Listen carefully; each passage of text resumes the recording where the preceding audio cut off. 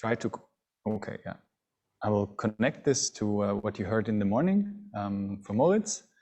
And I will first introduce Markov decision processes and then introduce two dynamic programming algorithms, policy and value iteration, that form the foundation basically for what we're going to do next when we try to get.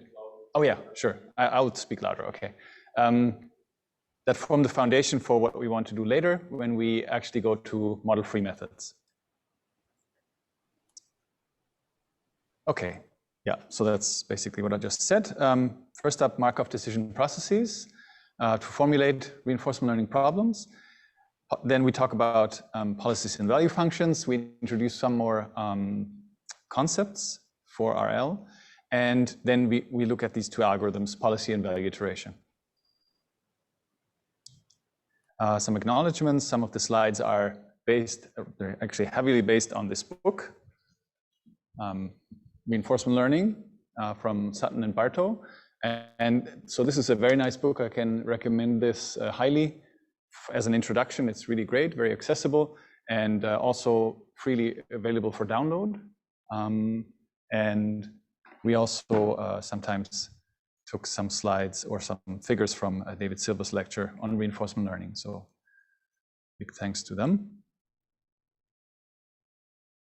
Okay. Okay, so first up, let's introduce the setup for RL. It's basically the same setup that we also had in the MPC parts so far, but let me go through it a little bit more in these terms that we use in the RL literature. So we, instead of a controller, we speak of an agent, yeah, but it's basically the same thing. It's a learning controller, if you like. We call it agent. It's able to sense its environment that it's interacting with. It receives some observation or maybe directly a state. That's coming back to the discussion that we had yesterday. So most of the time we assume that we have direct access to a state formulation that encapsulates everything that we need to know that can affect the future if we apply an action. The agent also, of course, applies actions to the environment that change the state, and it will receive some feedback. So it will receive feedback in the form of rewards here. Yesterday and this morning you talked more about costs, but it's here we're maximizing rewards, and before you minimize costs, of course. Okay, so oh no, I'm sorry. My computer is messed up somehow. Okay, let's anyways go on. So first up, I'd like to introduce Markov decision processes in a little bit more detail, and also again to come back to the notation that I'm using here. So we define Markov decision processes are just this mathematical concept or the framework to let us define these reinforcement learning problems. It's a four-tuple with a set of states, set of actions, transition probability function P that maps from state or that gives us the probability for the next state and reward, given that we started in a state and took an action. And it's mapping that to 0, between 0 and 1, because it's a probability distribution in the general case. Of course, we also talked about deterministic cases where we have deterministic settings where we have a direct transition without a probability density. So that was the case that Moritz introduced with the Dirac delta yesterday. Yeah? Then we also have this set R, that's the set of finite, the finite set of scalar rewards. And we usually define an expected reward as just the expectation over the different reward of the reward values, given that we start in the state S and took action A, so that gives us R of S and A. Or sometimes you could see, it's also common for some problems, and that depends on your modeling decision, whether you want to base the reward also on the next state that the agent ends up in. Yeah, so then you have more things on the right side of the conditioning bar here. And the name Markov decision process comes from the fact that you assume that the so-called Markov property holds. So that means that given the current state and the current action, the next state the probability of the next state and the probability of the reward at the next state are completely determined, and you don't need to look at the history. Yeah, so it's the same as if you would include the whole history. It doesn't give you more information. Yeah, so intuitively, the future is independent of the past given the present. Yeah, if you know the present state and action, you immediately know. That's all that determines the next state distribution and next reward distribution. All right. Yeah. I mentioned the deterministic case. We had that yesterday. So this is a different way to write this Dirac delta that Mo used yesterday. It just says that all the probability mass for the next state is, it's 1 for the particular next state that we transition into, and it's 0 for all the other possibilities. Yeah. So that's just one way how we can write this for the deterministic system. Okay, then rewards are of course central to this whole RL framework. It's a scalar feedback signal, a reward at time t, and it gives us an indication of how well the agent is performing at this particular time step. So it's immediate rewards. It's not the long-term rewards that we accumulate, but just as a single decision stage. And there's this so-called reward hypothesis that is as follows. So basically, all of what we mean by goals and purposes can be thought of as maximization of the expected value of the cumulative sum of rewards, or we can minimize the long-term costs. Okay, so basically, we assume that we can formulate all the purposes and intentions in the form of these scalar rewards and just try to minimize them or maximize them. Yeah, so it's this very abstract way of defining what we want the agent to learn in the end. Yeah, the objective for the agent. And examples are given here. So, for instance, if we want the agent to be able to learn to play the game of chess, we could just give a reward of +1 for winning the game, or -1 if it's losing, and 0 for everything else. For walking, we could have a +1 for every time step that we don't fall over, yes, to encourage staying upright. And the last thing I can't read because of my toolbar being in the way. Investment portfolio. Difference in value between 2 time steps, right? So you could use this in order to learn a good strategy to invest. And if you make additional profit, then that gives you a reward value. And I mean, there's many other ways you could solve these, or you could formulate these rewards. And this definitely has an influence on how easy the learning problem is set up, right? And how quickly your agent will learn. And formulating good reward functions for a given problem for what you want the agent to learn is actually not so easy. So it's can be quite tricky, but it's of course essential. Then introducing a little bit more notation and concepts here, we need to talk about, or we often talk about, the return. That's the cumulative reward. So that's basically the immediate step rewards that the agent accumulates over a trajectory that it's executing its actions, its policy on. Okay, so it's basically the sum of these individual R's, these individual rewards at these different time steps. And we usually denote it with G, the cumulative reward or return. And sometimes you see this for infinite horizon settings. So this is just with a fixed T, a fixed horizon, finite. If we're in an infinite horizon case, then if we would accumulate more and more rewards, this would potentially become infinite, right? And there's no way for us to compare infinite rewards or returns to infinite returns. There's no basis for decision anymore. So we need to make sure that these returns are finite. And one way to achieve this is to introduce this discount factor gamma, which is smaller than 1. And that makes sure, so we have a converging geometric series here, and then everything is finite, even though we're in the infinite case. Yeah, so the limits are finite. Right, that's basically what this says here.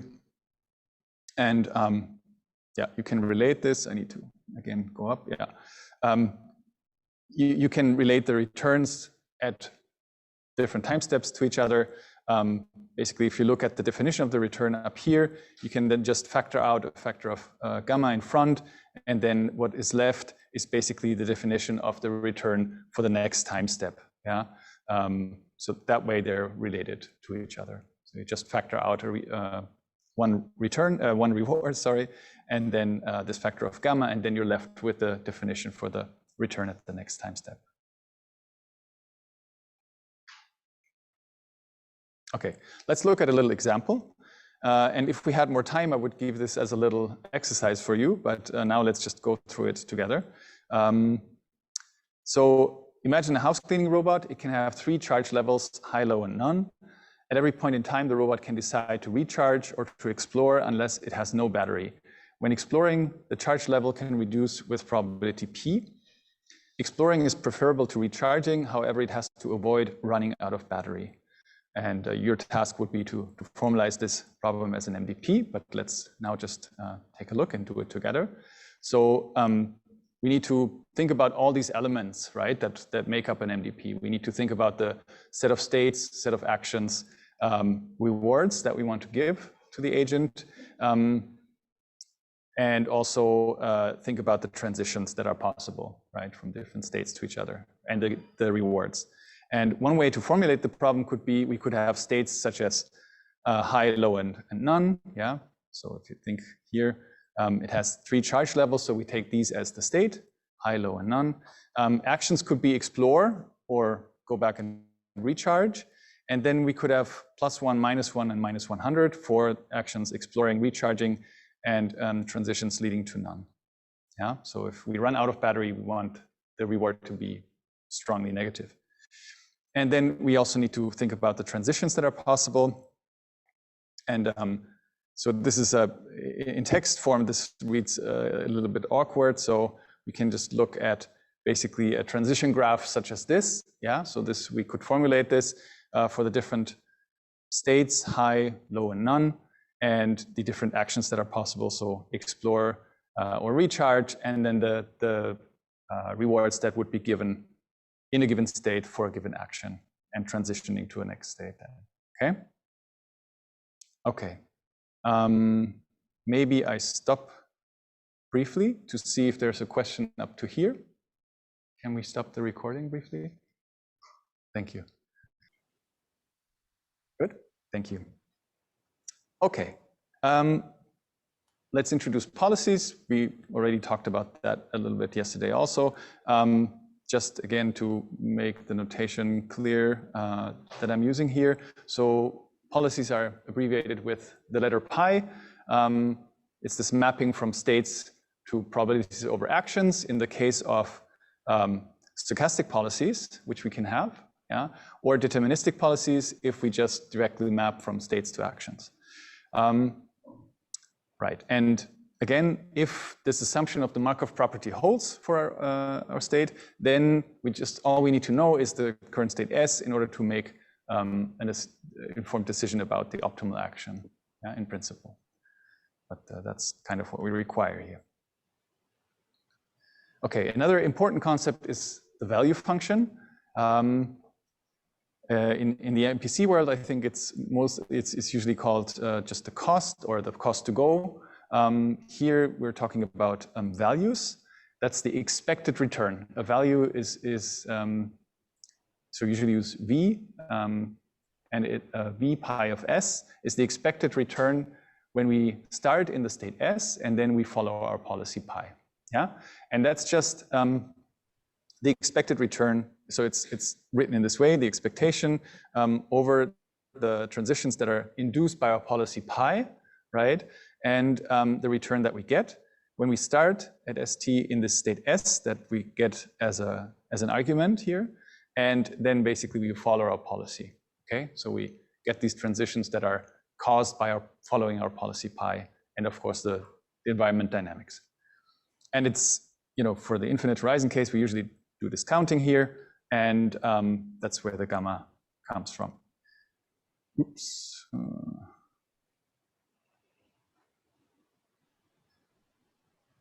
Does random things clear all drawings? Okay.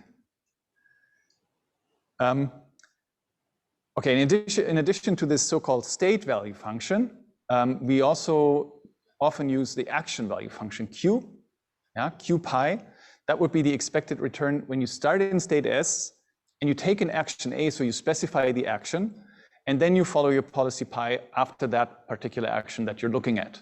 So it's basically a way of inspecting the effect of that particular action, but otherwise following your policy. Okay, so that's what this Q is about, and it's like before. It's the expected return, just now with this particular action, AT being A. Otherwise, it's the same thing. And the simple connection would be that you can recover from the Q function. You can recover the V, the state value function, by just basically taking the expectation of your Q values where you put in the actions of your policy, right? Because this V pi of S is also for the policy. And if you just put in the actions for your policy and you average over that, you recover the state value function. Okay, that's the connection between these. And then you also heard about the Bellman equation already, of course. There are different Bellman equations. Bellman expectation equation is what this one is sometimes called. And you also already saw, I think, the Bellman optimality equation in principle that talks about optimal values. So here, the Bellman equation really expresses the relationship between the value of a given state and values for the next state, for the successor states. And that's nice because it allows us to break down the problem, the optimization problem that we have in a recursive way. And like we took a look at yesterday, so it allows us to first basically solve these tail problems, and then using what we have already learned about the solution of the tail problems in order to construct a solution for the bigger problem. So that really is what allows us, maybe to put it in the terms that we used yesterday, to do an intelligent search rather than just a search. So Moritz was talking about solving and searching, and we agreed on that.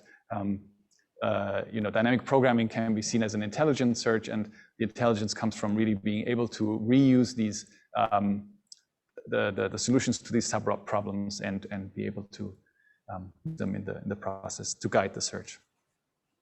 Okay, and right, so where does this come from? So V pi of S, this is the first line is again just the definition of V pi of S, the expected return. Then you can just write, again, do this trick of pulling out the first reward and factoring out this gamma, and then you have the return at the next state. And if you then you write out this expectation basically, with the assumption that we have a stochastic policy and a transition model P, and that's just equivalent to the line we had before. And basically, again, then this part is just the definition of V pi of S at the next state. So that's then where you get this V pi of S, because this is exactly the definition of this V pi of S up here. Okay. So in general, the Bellman equation or Bellman expectation equation for this V pi of S, sorry, this is a little bit annoying, but I can't change it right now. V pi of S is just the expectation written out here as the sum over all actions times the probabilities for these actions given by the policy, and then the sum over all next states and reward values that we can have, and the weighted sum of the reward and the discounted value for the next states. Okay.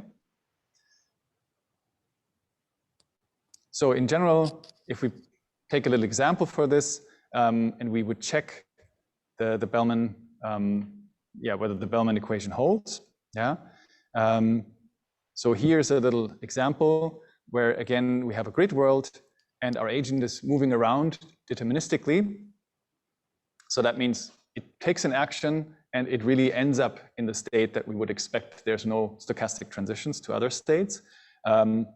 So it's just the fact that, or the constraint is that if the agent tries to move out of the grid, it receives a reward of -1 and the state will not change.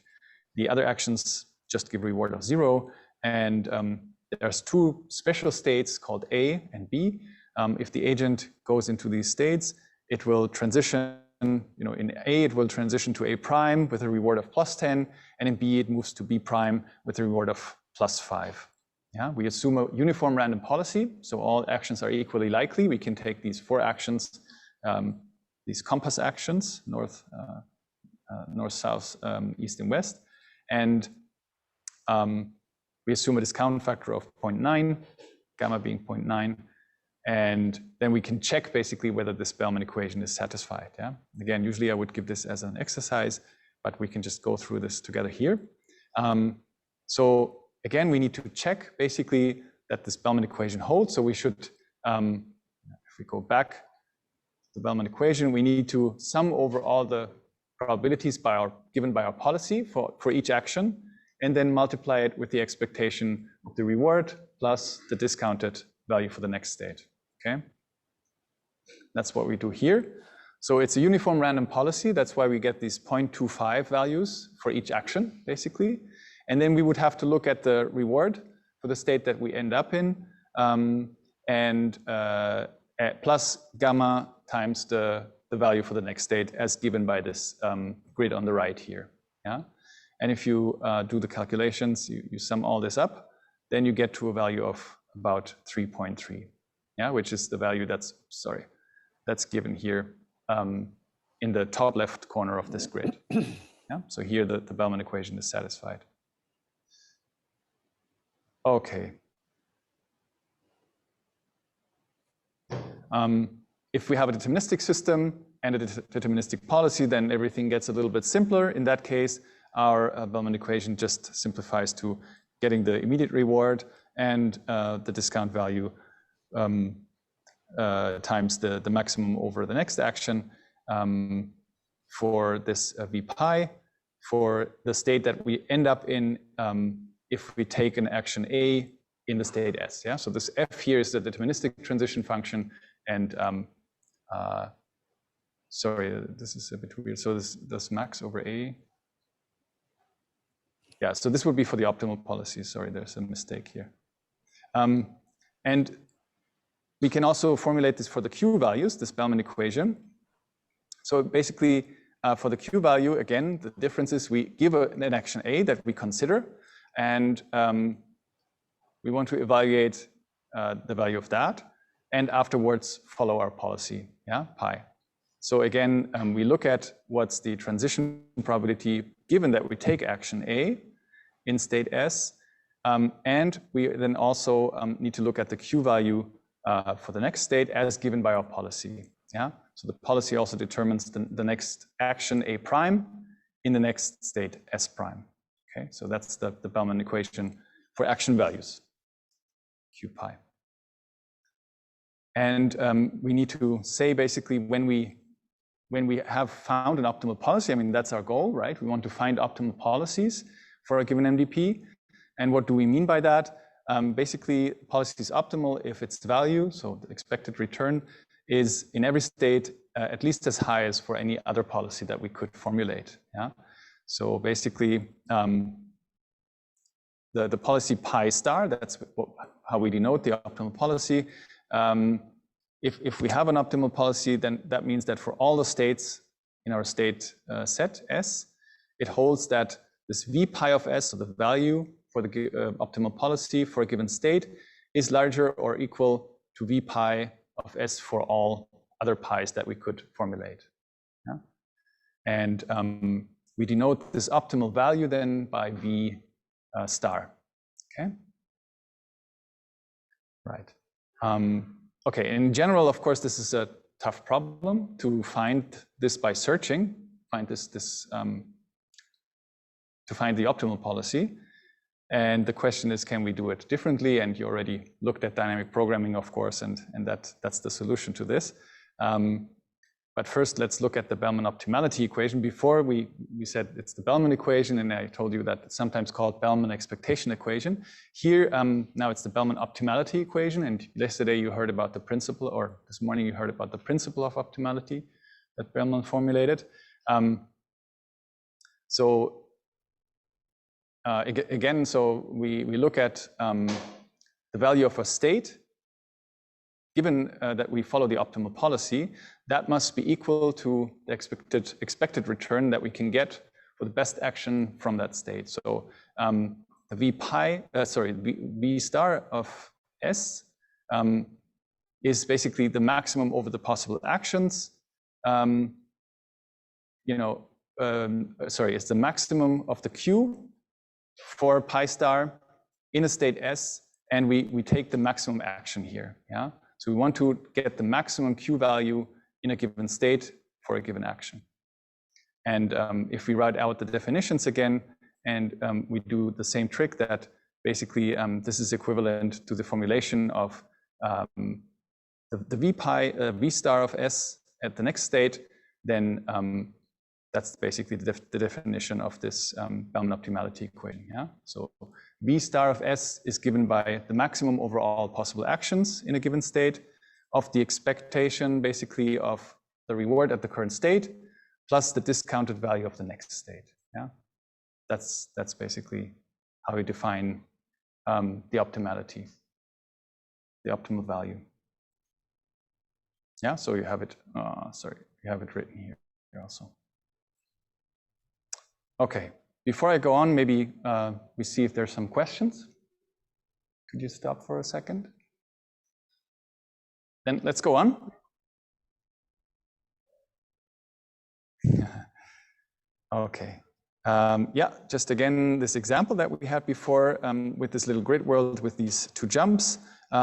Here we can actually see that the uniform random policy that we had before, it's actually not optimal. Yeah. So before we saw that, you know, for this state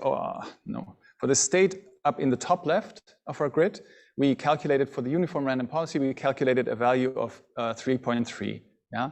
And now we can check whether that's the optimal value by basically using the Bellman optimality equation. So we check for the max of the different possibilities of rewards and discounted values for the next state that we might achieve. And we look at all the different actions and take the max of that, okay? And if we do that, it turns out that if we're in the top left, then the best thing we should do is go to the right, because then we're in A and we can jump and we receive this reward of 10. So basically for the action right, this is the value that we get, and with the gamma of 0.9, I think it was, we get to this value of 7.92. Yeah. So we can see that's of course different from 3.3. So the optimality equation doesn't hold. So that means the value isn't. This policy cannot be optimal. Yeah, which is kind of intuitive, I guess. Okay. Also, the optimality equation can be simplified if we have a deterministic system and a deterministic policy, just similar as we had before. Then we just need to look at basically the state that we end up in for transitioning to the next state and taking the maximum action there, basically having this V star there. Yeah. Yeah, that's exactly what I'm trying. I don't know exactly. I have no idea how this got here. Ah, oh, I see. Like that? Ah, okay. This bar, yeah. Sorry, just a second. I'll just try to get rid of this bar. It's in the way for me the whole time, to be honest.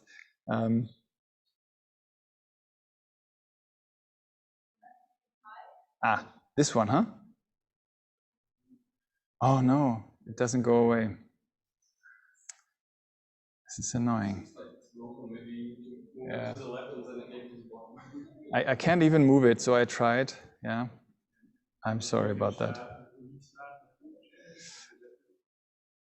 Okay, we can try real quick. Sorry. No.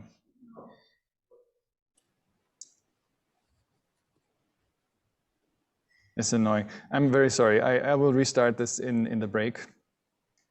I don't know what happened for this to happen. Okay.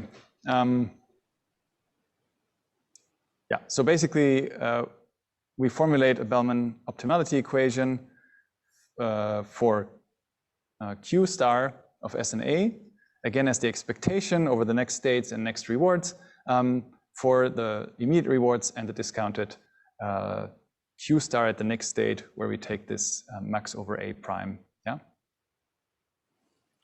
Okay, now the question is, of course, how do we turn these equations into practical algorithms so that we can actually find pi star, our optimal policy? And that's where we look at policy iteration and value iteration, yeah? So let's first look at policy iteration. That's an algorithm where we try to find optimal values by basically evaluating our policy. We have an explicit policy, we evaluate it, yeah, so that's given by the sequence. We have a initial policy pi 0. We evaluate it, that's what's indicated with this E here, and then we get to a value function for this given policy pi 0. Then we improve it, that's the I here. So we get to policy pi 1. Again, we evaluate it, then we get to a value function for that policy and so forth. Yeah, so it's iteratively evaluating and improving, a two-step procedure. Yeah, the nice thing is you can also prove that this also converges to the optimal values if you continue, yeah, because it's also a contraction. Right,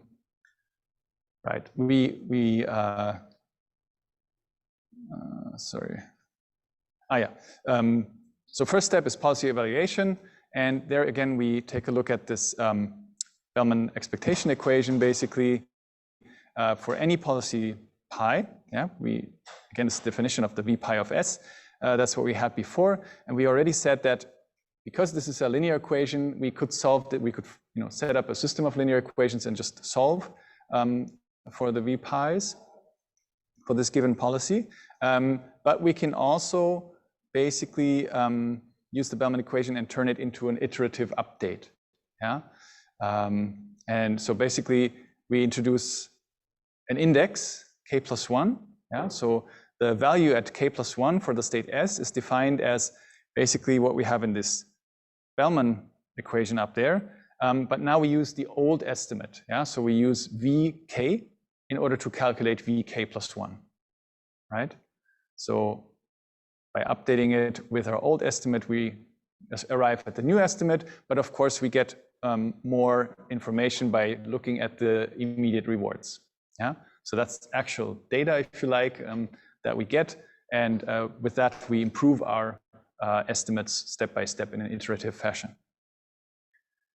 And the algorithm looks like that. We start with some policy pi that we want to evaluate, and we have some threshold theta that tells us when we're done, basically, when the algorithm is converged. We can initialize our value function as we like. Only we need to take care that for the terminal state, we initialize it with 0. That's a condition that needs to hold for the proof, for the convergence. And then we just loop, yeah? So difference initially is 0. We loop over all the states. These are value for the state S that we're in. And then we update it using this, the equation that we just had, yeah, for the Bellman expectation equation. And then we look at, is the difference larger than or has it become smaller than a given threshold? In that case, we stop, yeah? Otherwise, we go on and we use our value estimates from the step before in order to improve. We get new rewards and so forth, yeah? So that's the idea here. This is just the evaluation step, okay? So in between, we don't change the policy. Yeah, this is just to arrive at converged values for a given policy, okay? The second step is policy improvement. When we have this value function, then we can try to use this value function in order to improve our policy. Yeah. So again, the Q values, Q pi of S and A, tells us something about the long-term value of being in a state and taking one particular action. There's this policy improvement theorem, which we won't look into much here, but what it tells us is that if we have two policies pi and pi prime, these are deterministic policies, and for all the states in our state set of states, possible states, if the q pi of s and this pi prime of s, yeah, for this particular policy is larger or equal than v pi of s for all states, then this policy pi prime must be at least as good as or better than pi. Yeah, and so if we make improvements to this pi prime and it's better than that, so that means also the value for pi prime of s is going to be greater or equal to v pi of s. And we use this basically in this policy improvement. So we compute this q pi of s and a for all the states and all the actions, and then we are just greedy with respect to the actions. Yeah, so we take the argmax in order to arrive at our new policy pi prime for a given state s. We take the argmax over all the possible actions of q pi of s and a. Yeah, and again we write out the definition of this q pi of s and a.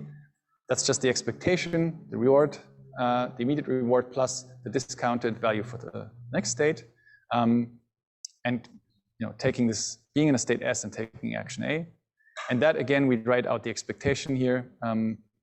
That's just the weighted sum of the rewards plus the discounted values for the next states, weighted by the probabilities of actually getting to s prime and receiving a reward r. So that's exactly what we need to do. We need to take the argmax over a of these q values, and then we have our new policy.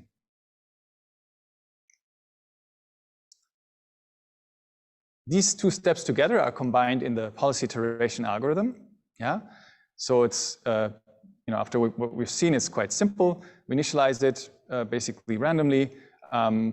We evaluate in a loop. We go over all states and we update the values for the given policy. So we, as actions, we plug in what the policy gives us, yeah, for a given state. So here's the pi of s.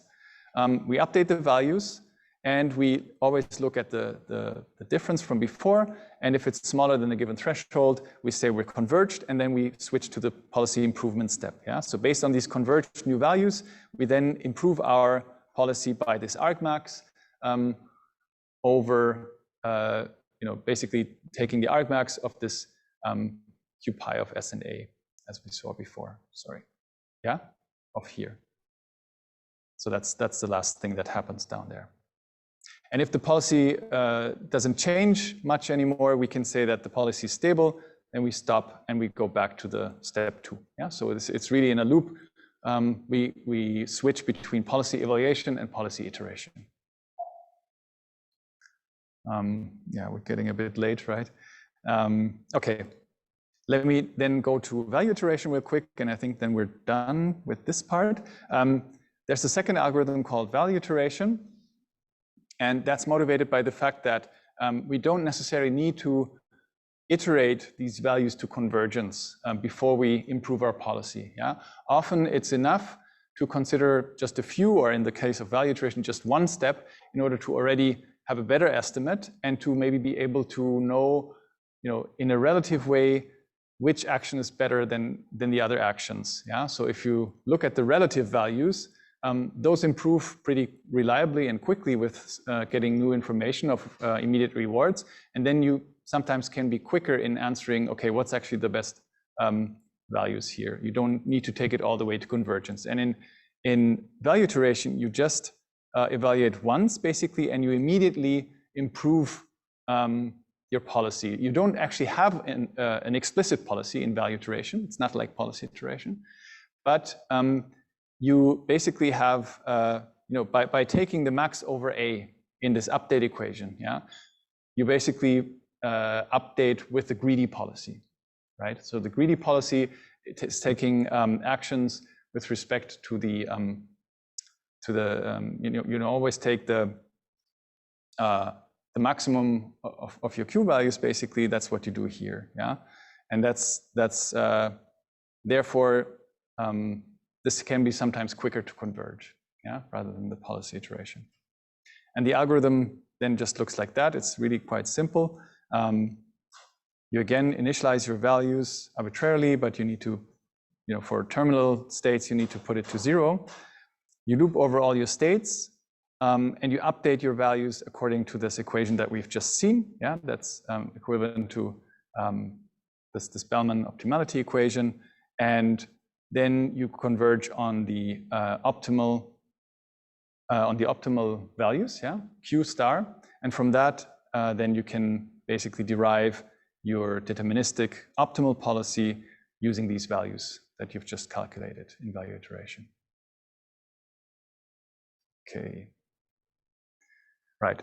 Yeah, just to finish this off, there's this concept of generalized policy iteration that we'll see more and more, where we have some policy pi, we evaluate it, and then we basically improve it by acting greedily on this value function that we've calculated in the evaluation step.